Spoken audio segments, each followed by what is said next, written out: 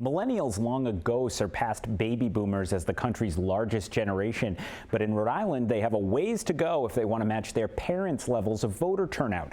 12 News crunched data from the 2020 presidential election for every generation. The highest voter turnout was among Rhode Island baby boomers, those born between 1946 and 1964. 77% of boomers cast a ballot in 2020. Close behind, their elders in the silent generation, born between 1928 and 1945. They had a 73% turnout rate. Next was Generation X, born between 1965 and 1980, with a 65% turnout rate. Then came Millennials, born from 1981 to 1996, with a voter turnout rate of only 49%, meaning half of Rhode Island Millennials didn't cast a ballot in 2020.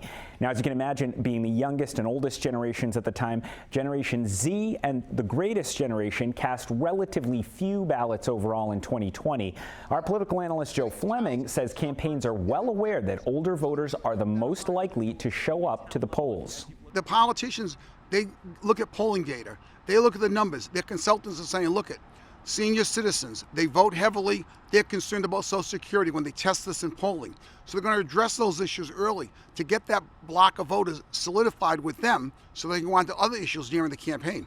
Right now on WPRI.com, my colleague Eli Sherman has an interactive series of charts slicing and dicing the generational data, including the trends observed from 2016 to 2020. You can find that link on our homepage. I'm Ted Nesi, 12 News.